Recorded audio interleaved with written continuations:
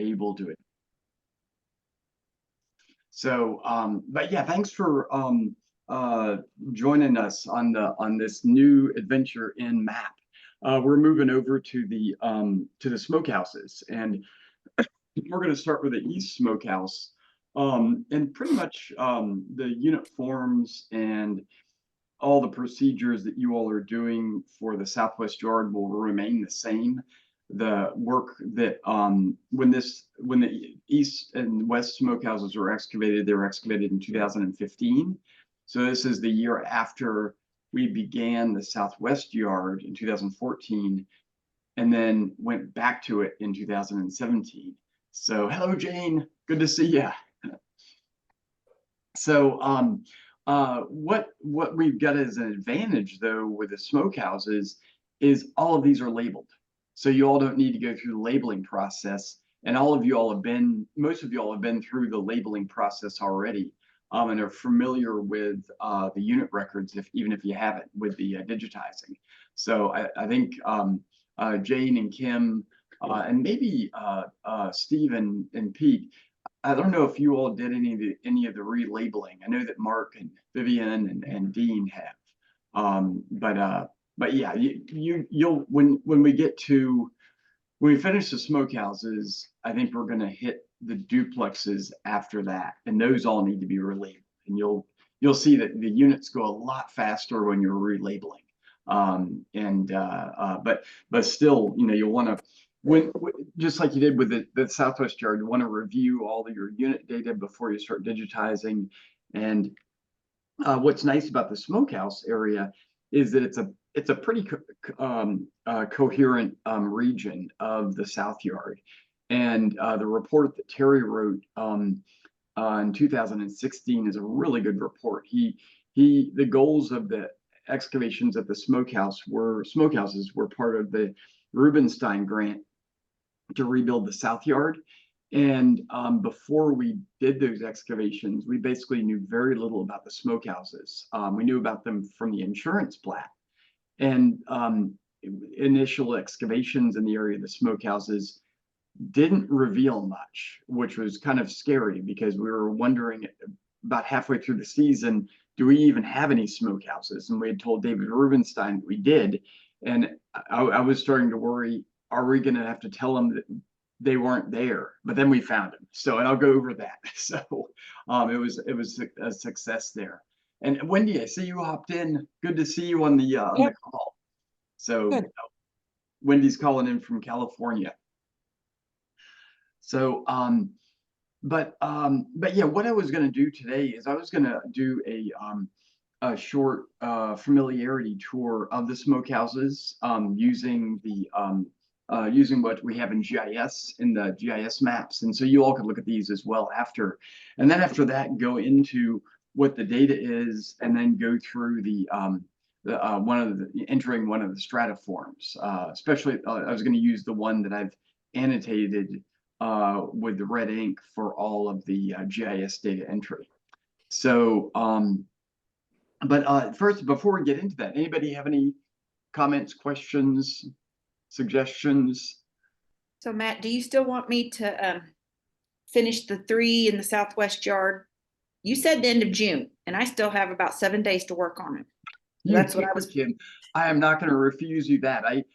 Let me see. Does anybody the ones labeled Greta? Did anyone complete those? Do you? It looks like the 3 I had: 2501, 2518, and 2094. Yeah, go ahead and go for those, Kim. Okay. That'd be great. I created a whole new web map for the smokehouses.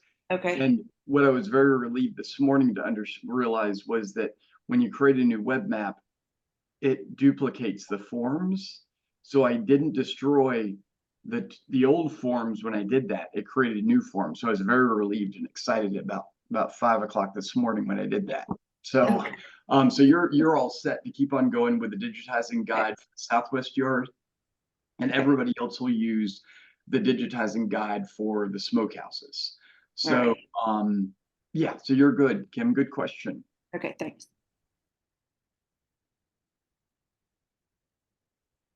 All right, well, we'll go ahead and launch in. And if questions come up, interrupt away. So what I'll go ahead and do is share screens here and hide meeting controls. And let me go over to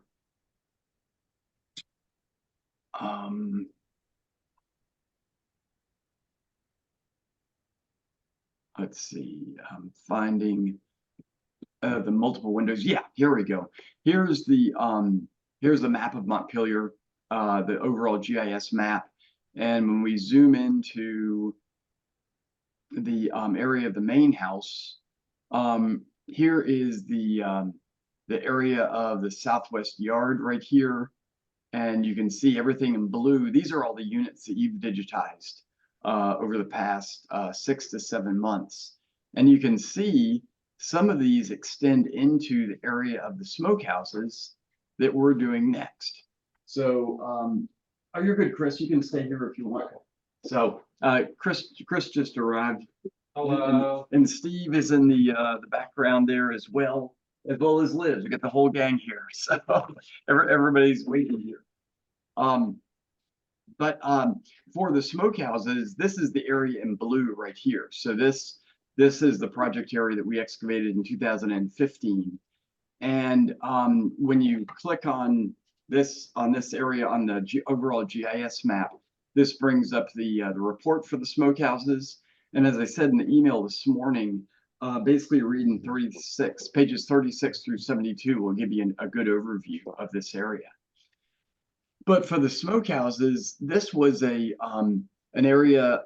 This is the modern view of the south yard, and then these two buildings here are the reconstructed smokehouses that we built. Craig built those back in 2017, right before he opened Mere Distinction of Color. And then for the area, the project area itself, the project area was a large area that we excavated in the 2015 season, and we did a little bit of work in 2008 on the west on the east smokehouse, which you can see right here. And then in 2015 we opened up this huge area where we opened the majority of the units, and then we came back in 2016 and put in some units on the corners where the piers were going to be placed for the reconstructed smokehouses. So that's why in the folder for the smokehouses, you'll notice that there is a 2008 season and a 2016 season. We'll get to these eventually. What I'm probably going to do is put these, when we do the West Smokehouse, we'll put all these into a single folder and combine them all just for ease, because there's quite a bit of difference between the 2018 season forms and 2015 and the 2016 forms. And then 2015, we did some major shifts during that time period. So should that say 2018 season? It says 2008. It's 2008. So it is 2008. Yeah, it's that old. 2008 is when we did excavations of the oh gosh, that's when the trees were still present, and we just did a couple of units of this smokehouse right here, trying to locate it, and we weren't quite successful. So those are some pretty early excavations. So for the East Smokehouse that we're going to be focusing on first, this one right here, what we've got is some really good records of this. One of the areas that we've got for this is, you can see some of the shots. It's basically the same for the East and the West Smokehouse, but for the East Smokehouse, what we've got is this is a shot of the trenches for the smokehouse all revealed. And basically what we found when we get down to the basically the subsoil is there are these dark trenches that were in the ground. And when we excavated these, they turned into, in this case, a 12-foot by 12-foot square. And then these trenches, when we drew them in, they basically form the location of the walls for the building. The And what these- gardeners may be here. oh, what's that, Mark? I'm sorry. Oh, Okay, all right. Didn't know if you had a question. What they formed were the trenches that represent the sacrificial sills for these buildings. So essentially, what happened with these buildings, instead of being built on brick foundations or stone foundations, the foundation was a wooden sill that was buried in the ground. And as you can imagine, a wooden sill buried in the ground doesn't last too long with termites. And so that's why it's called a sacrificial sill. And for what we found of these, we found these varying trenches, and they had numerous pockets of lime that were in what appeared to be holes in these sacrificial trenches or sacrificial sills.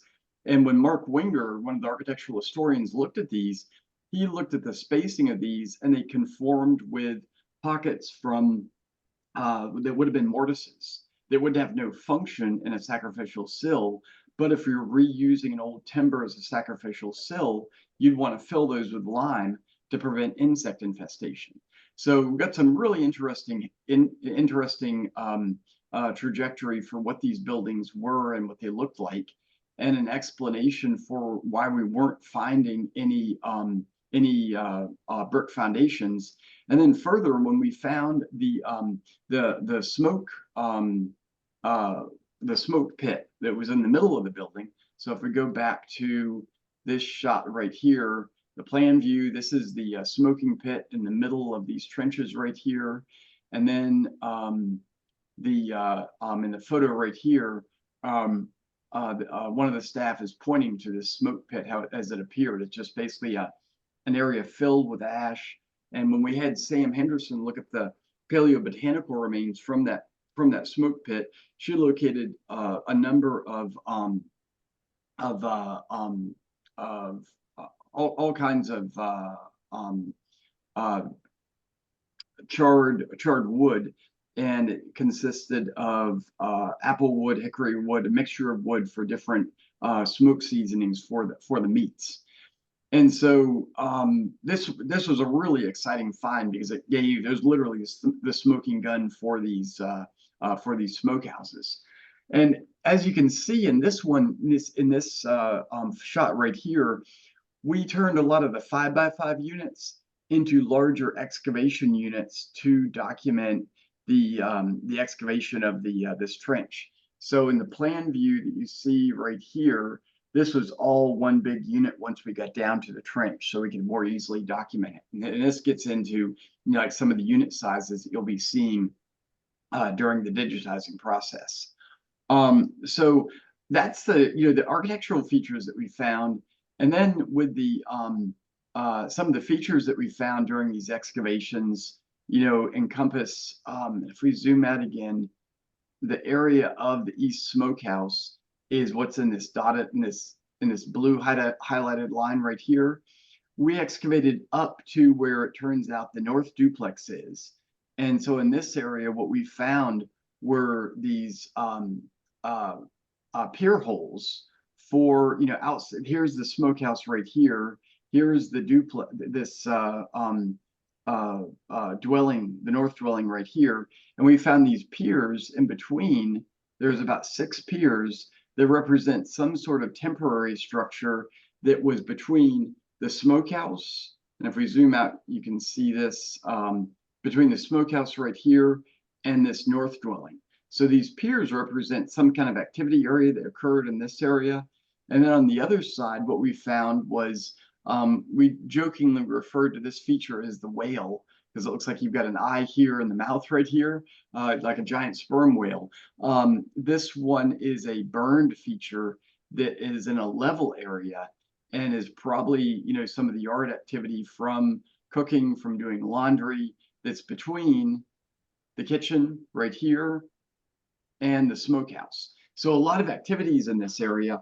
And then in addition, what we found was all kinds of artifacts. This is the first season we had a lot of involvement with the descendant community. And during these excavations, we were finding as many artifacts as we had found in Dolly's Midden in terms of the amount of artifacts. And this being a low area, there's a lot of debris and trash that was thrown into this area.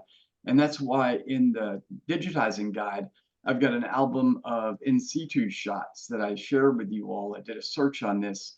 And if you go to the grid layout here, you can just scroll through these, and there's just dozens and dozens of artifacts that were found, like this tin box right here, which was fascinating. Terry spent a whole day defining this, and it was a storage box made of tin, which you'd place things in that you didn't want to have mice or rats get into. So something precious was in that one. And then you've got a wine bottle base, just all kinds of things. There's a candle snuffer right here.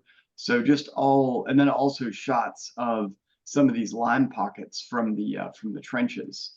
So this is a really beautiful shot of this lime pocket right here, with an in situ shot. So and buckles, keys, just all kinds of things. And one thing to note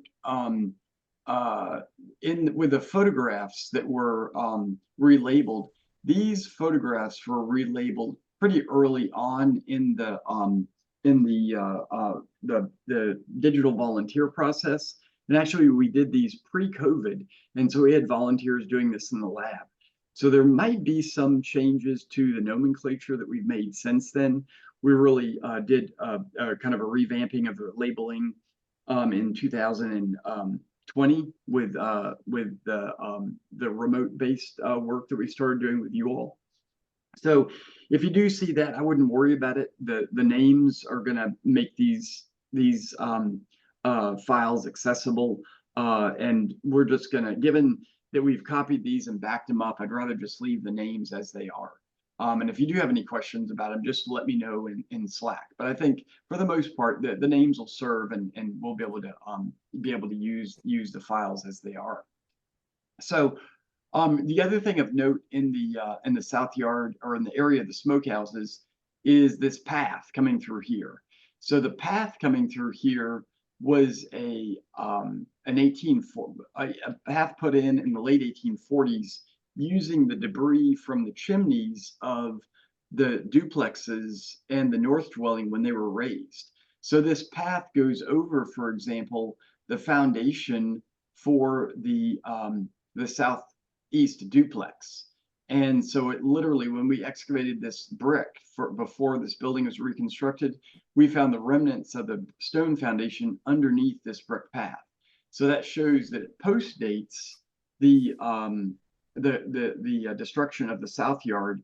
And then also, as a result, there's concentrations of artifacts along here because this path was dug into the South Yard before the stones and bricks were placed. And then all the artifacts from this area were, tossed in a pile right here, and then that soil spread out. And then there's a lack of artifacts through here because the soil was dug out in this area, if that makes sense. So it's kind of it's one of the few disturbances in the South Yard that, we can't complain too much about because everything remained where it was. It just shifted over about 5 to 7 feet. So that's a thumbnail version of the what we did with the smokehouses. Anybody have any questions about that?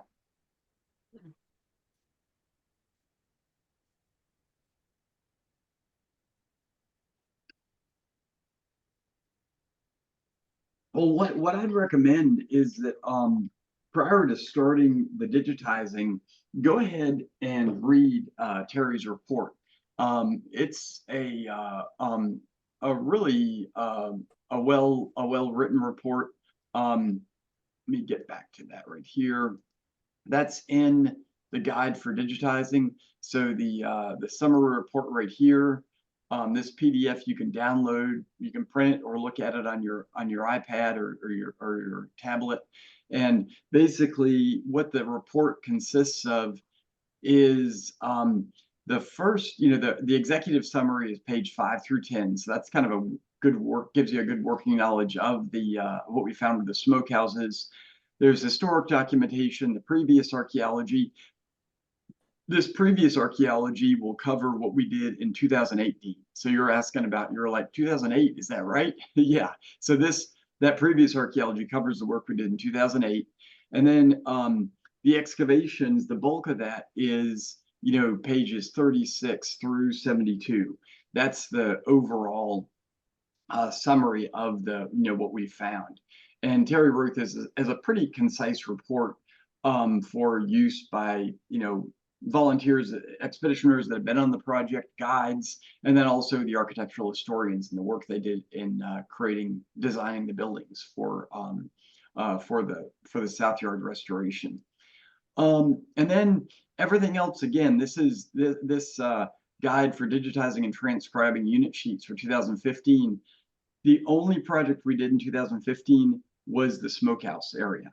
So we started with the West Smokehouse, and then we moved to the East Smokehouse. And I'm gonna have you all start on the East Smokehouse first. For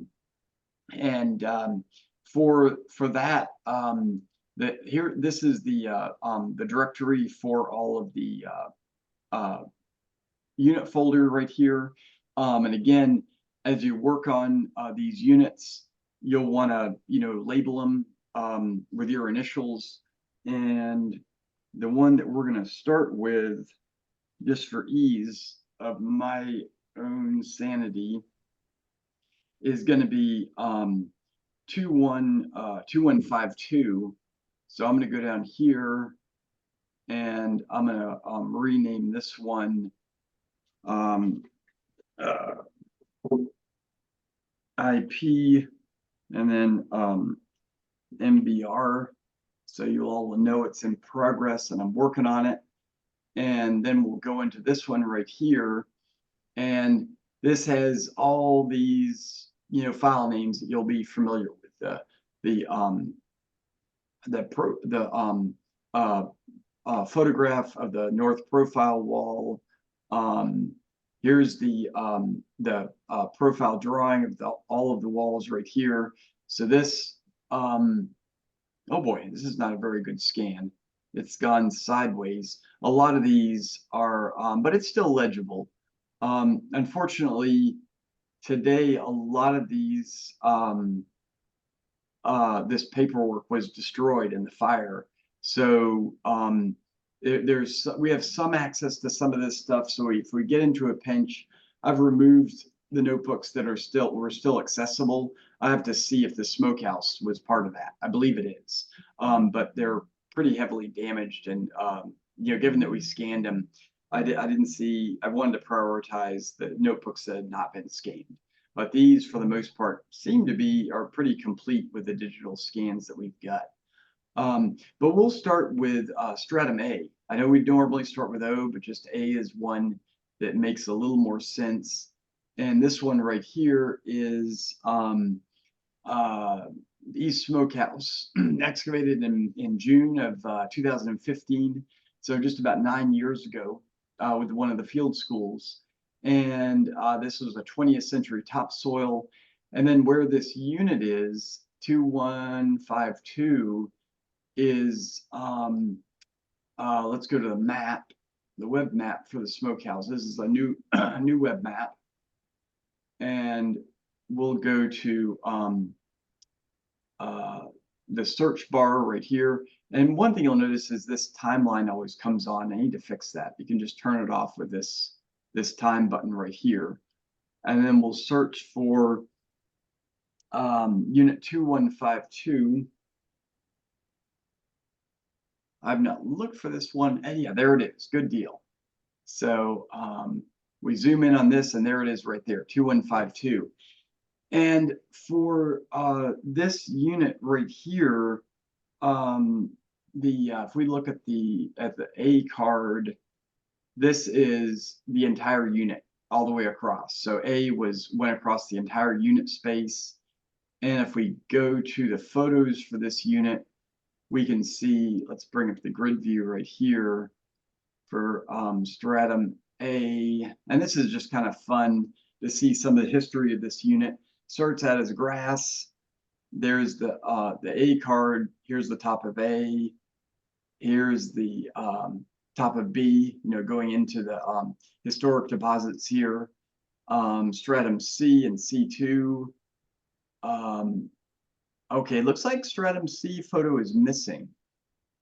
I'll have to look for that one because that's a digital file. We should be able to recover that. But the C photo is missing, but the C1 and 2 are there. So we want to digitize each of those separately. By the time you get to stratum D, it looks like that one of the C's was excavating out the trench that's here, and this turned out to be a waterline trench. I believe it was from, can't remember if this had a iron pipe in it or a PVC. I think it was an iron pipe from the 1920s, and we excavated that as fill and screened it. I think it was an iron pipe because it only showed up until deeper into the strata, which showed it had some age. And then the rest of this is excavating on either side of this trench that cut through the unit. And then we finally got down, I think we just got down to subsoil in this one. And there's a jaw in stratum E. This is the top of E right here. And E2 is getting deeper into subsoil. Oh, wow. So this is a piece of Nast China. This is really cool. I remember this one.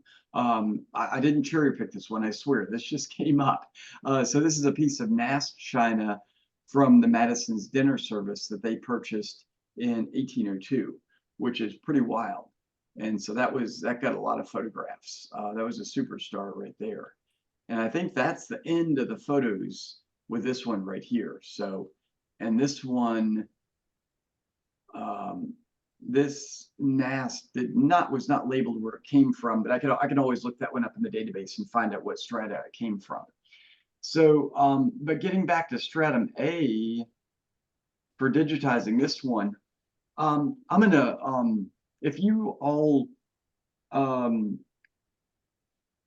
want to pull up stratum A, well, I'll just show you right here. This is the stratum card, and if you look on the guide, and I don't know if you all have immediate access to the guide. I'll put the guide in the chat right here. So here's the link to the guide right here. And if you go down to the annotated unit card, here's 2152A, and I've labeled this with all of the requisite form numbers that are on the digital form. So it's pretty similar to it's pretty similar to what was in the 2014 season with some very minor differences. So if we go to let's see. Okay, I just realized I need to update this one. Let me close this out. I need to go into the guide and update, get rid of this web link. This one, yeah, this one, yeah, this brings up Smokehouses. I left one of the Southwest Yard links in here, so I'm gonna remove this one. Edit. All right, glad I caught that little gremlin. So when you go to the web map, let me try this just to make sure it works. I fixed it. Yeah, Smokehouses 2015. This is the proper web map. I brought up the Southwest Yard that we have been using up until last week. But for the Smokehouses, this is the area right in here.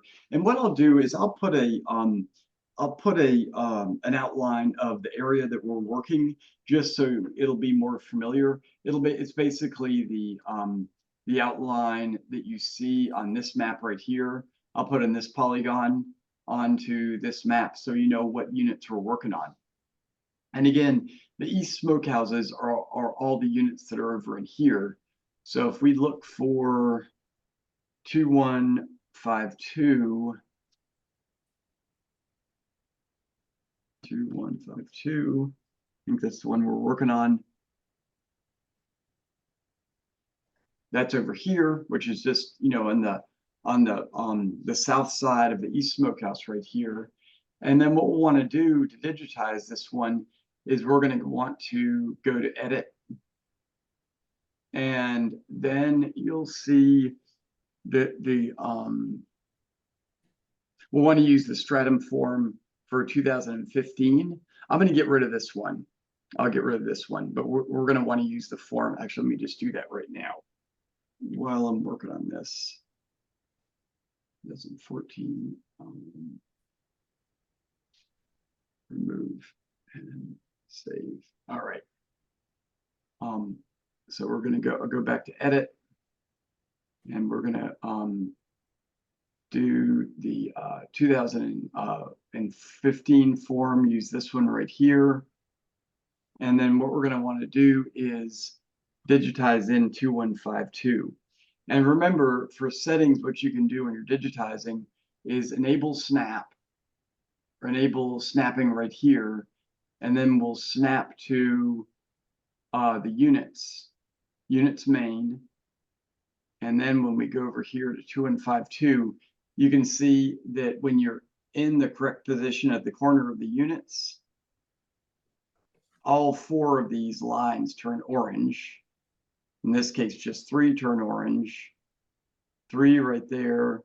You get up to here and double click, and then our form pops up.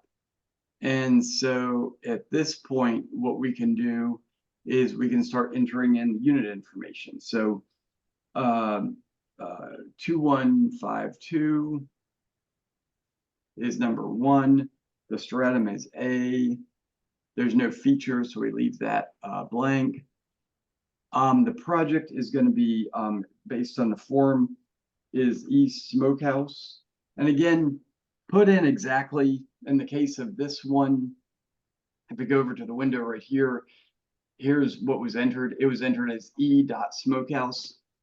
Enter it in literally. That's something that is very helpful for understanding how things are labeled later on. I need to add the East Smokehouse to the list, so I'll go back and do that for area and location. For the area, it will be South Yard, but the location is going to be East Smokehouse. So I'll add that. I'm going to make a list of things that I need to do. And East Smokehouse.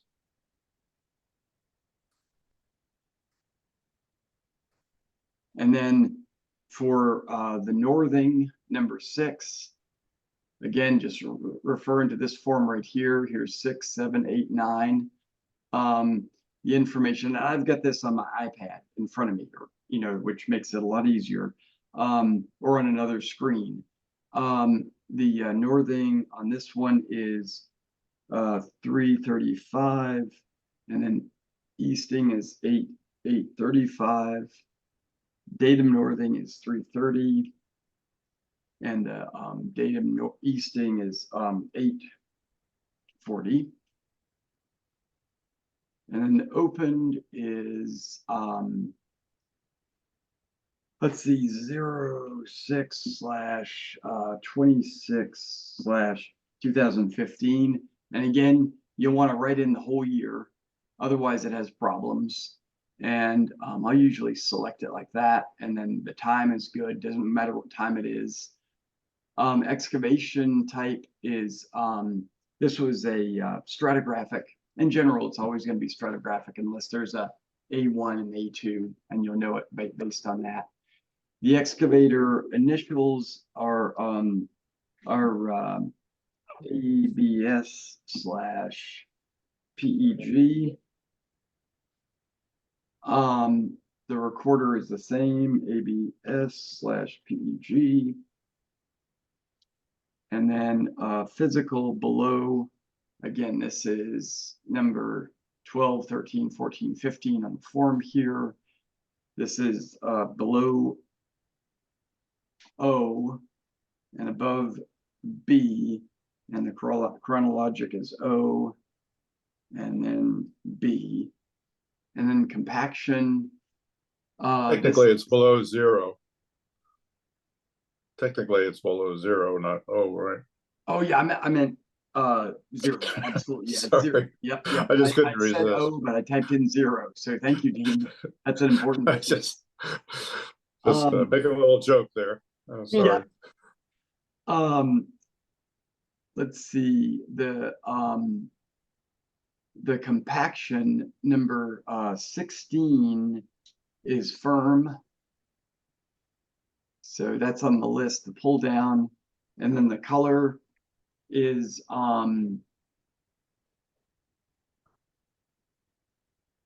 yeah, when you click on the color, all these come up. The hue on this one is the 5YR. 5YR, and then it is a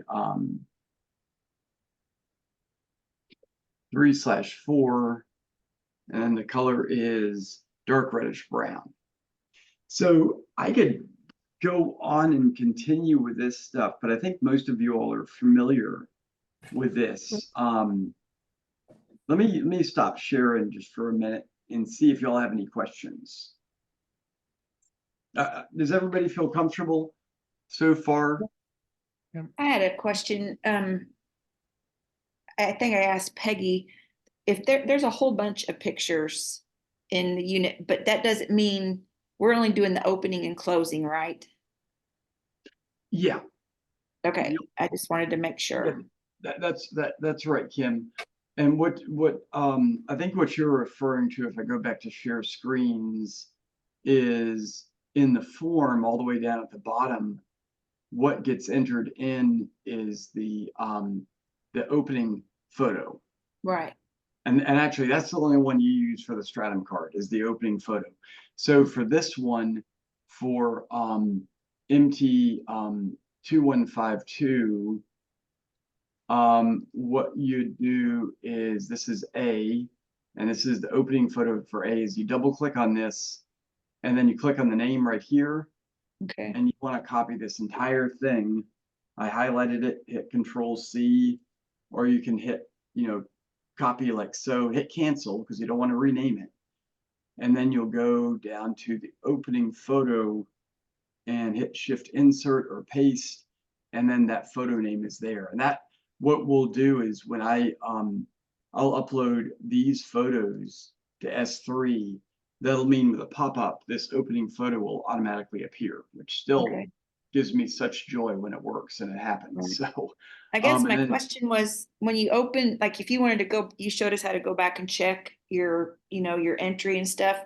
On the form that pops up, it says other photos. And I'm thinking, was I supposed to put that picture of the jawbone in there? Or like in this instance, the picture of that china? But there's no place on that form that you have up right now to do that. But you know what form I'm talking about? When you go back to you're not editing, you're looking at what you've done. yeah, when you're in the Kim, when you're in the unit folder and there's all these pictures of the when you shrimp. go to the map and you're like you click or you're looking, like say you're looking for the thing you're just doing and you bring it up and it has like a form and it'll show you stuff and then towards the bottom it says other pictures. Yeah, I know what you mean. I'm looking for that right here. But there's none on that form. No, it's on the front, the form that pops up when you open the unit. And so I was just wondering, am I missing something that I was supposed to be putting these? Oh, I see what you mean.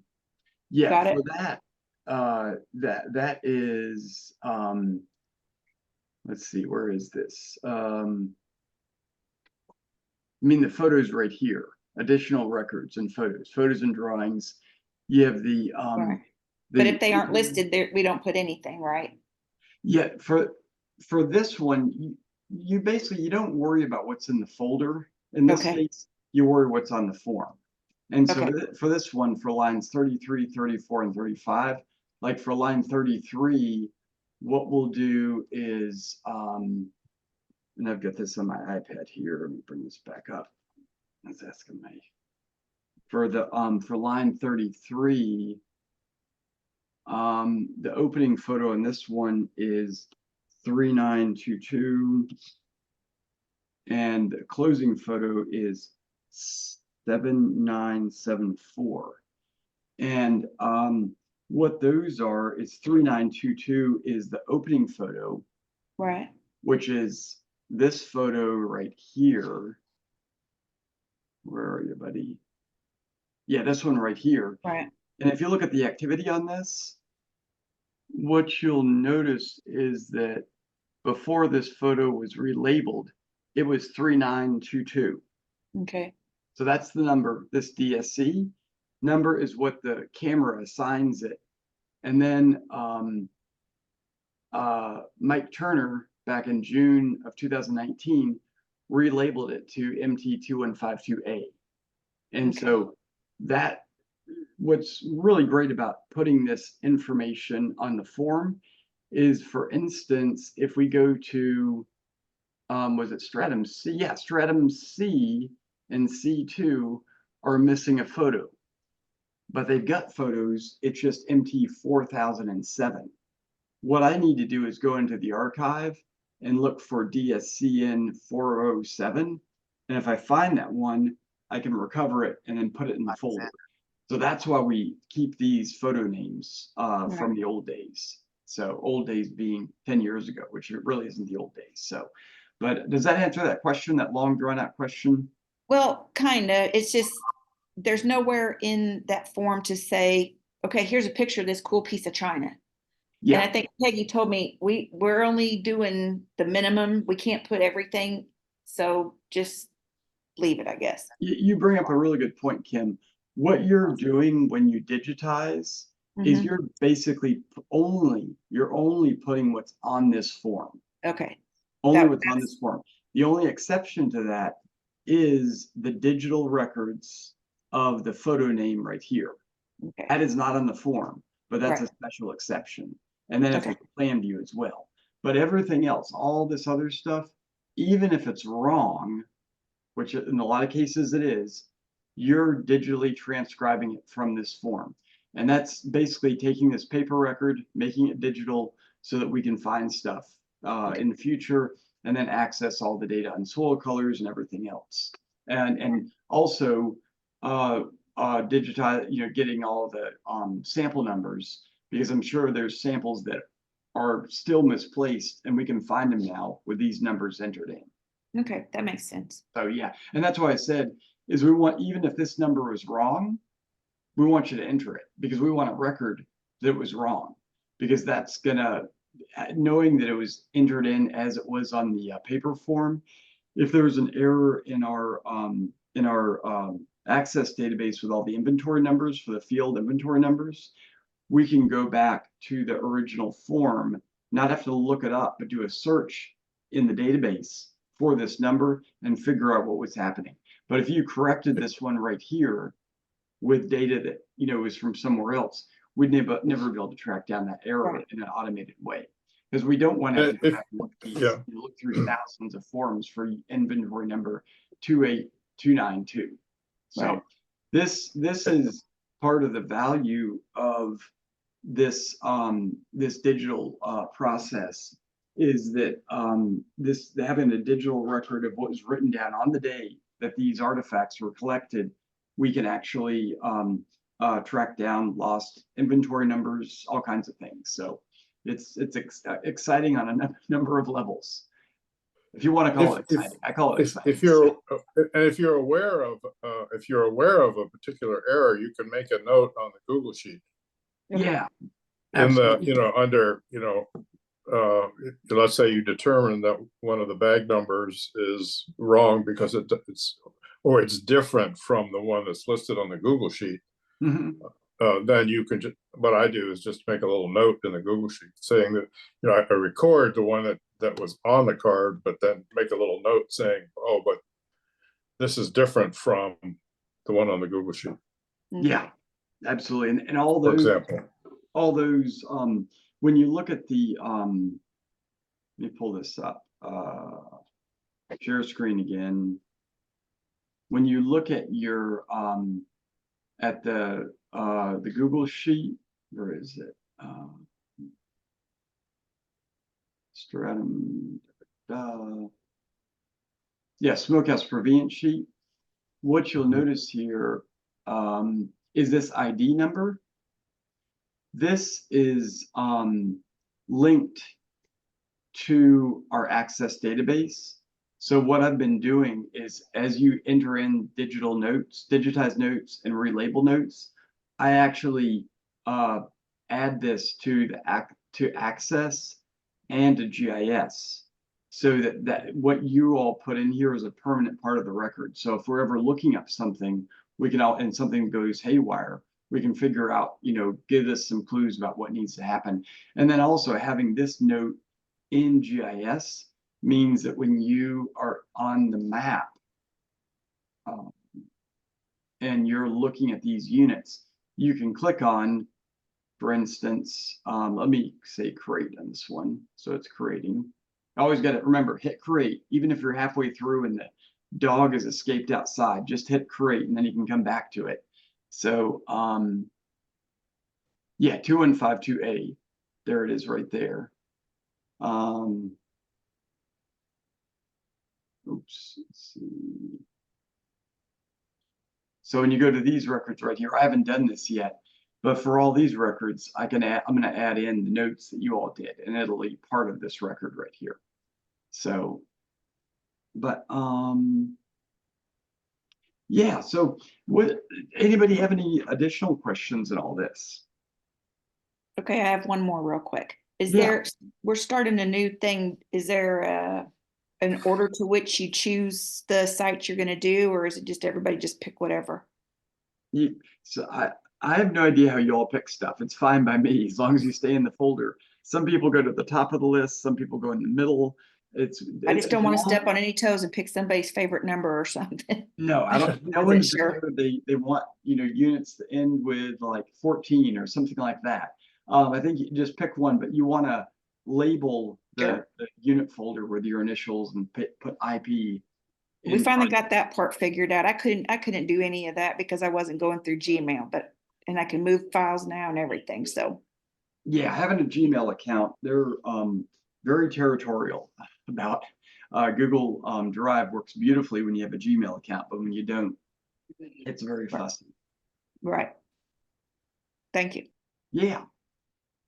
When we're putting in the file names for the photos and the cards, there's a path before that actual name, right? So we can link straight to it. That's how we were.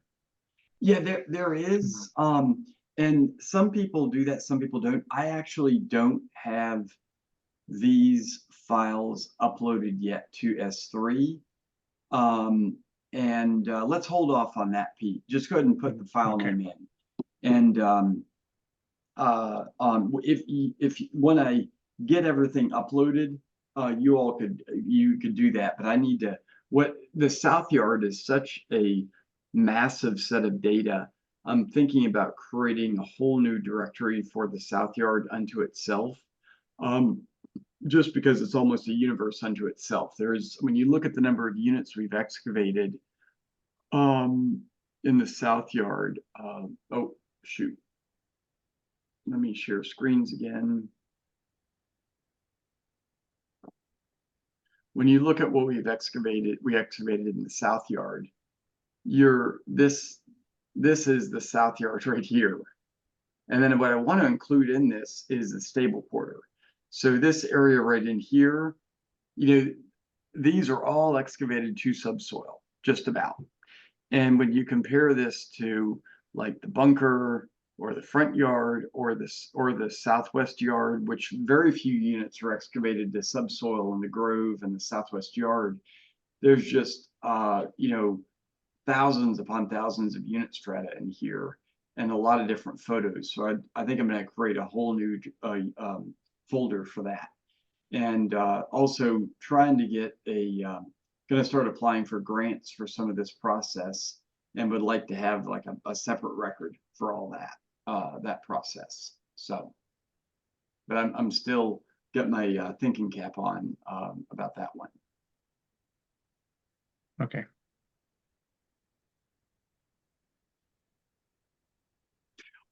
Well, excited to have you all start on the South Yard.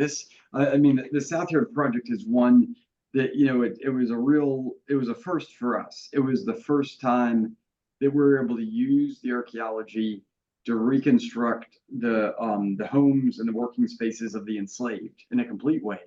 And then also it's a project that we work directly with the descendant community, and also by this time had just a real distinguished set of veterans on the expedition programs that are still with us today, and many of you all get your start in the South Yard, and have a lot of experience with a lot of these sites. So I expect for some of you, you're going to have units that you excavated, and that's one thing you can do if you want a list of all the units you excavated in the South Yard, like the Smokehouse. Let me know, and I could do what I did for Kim and put your all's name on it. So Dean, if you want some of these, or anybody else, we can do that. So, but yeah, and also if you look at the report, and if there's an area that interests you, like where the fire pits were, or where there happened to be a post hole feature, if you want to digitize that one,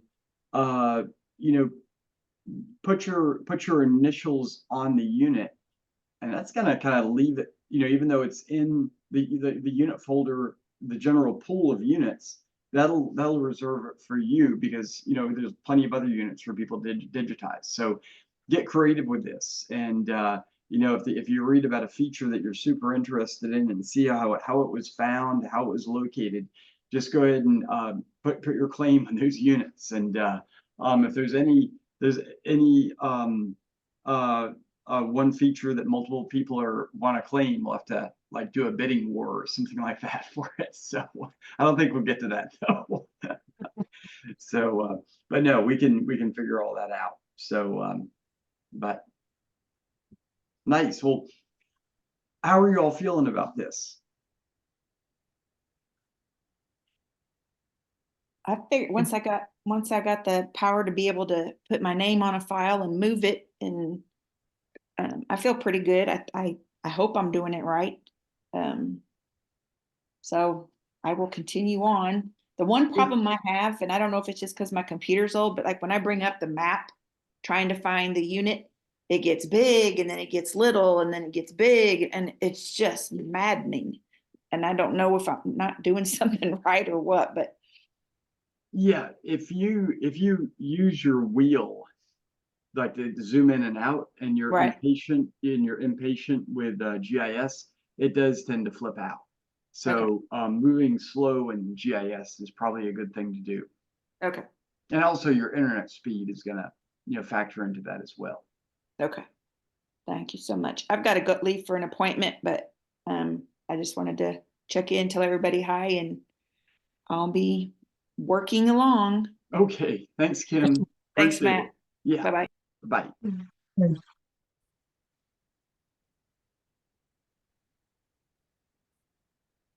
Cool. Anybody else have any questions? Feeling good about this? Cool. Well, what we'll do is, remember to enter your volunteer hours into the volunteer sheet. And if you have any questions, definitely, enter them into Slack, and we can get those addressed. And but yeah, looking forward to seeing, the Smokehouse map start to turn green with all the units that are digitized. That's always fun to see. So Matt, I yeah. need to get on Slack. I need to be on Slack. So let's make sure that I have access to it. The Yes. Slack. Yeah. Send me an email, Wendy, and I'll Okay. get you linked in, especially with All right. your Gmail. That'd be good. Yep. Okay. Cool. A lot of the training videos on digitizing are from the Southwest Yard, but it's basically the same. It's the same version of web maps and the same form essentially as we use. And where do we access those training videos? That's in the digitizing manual.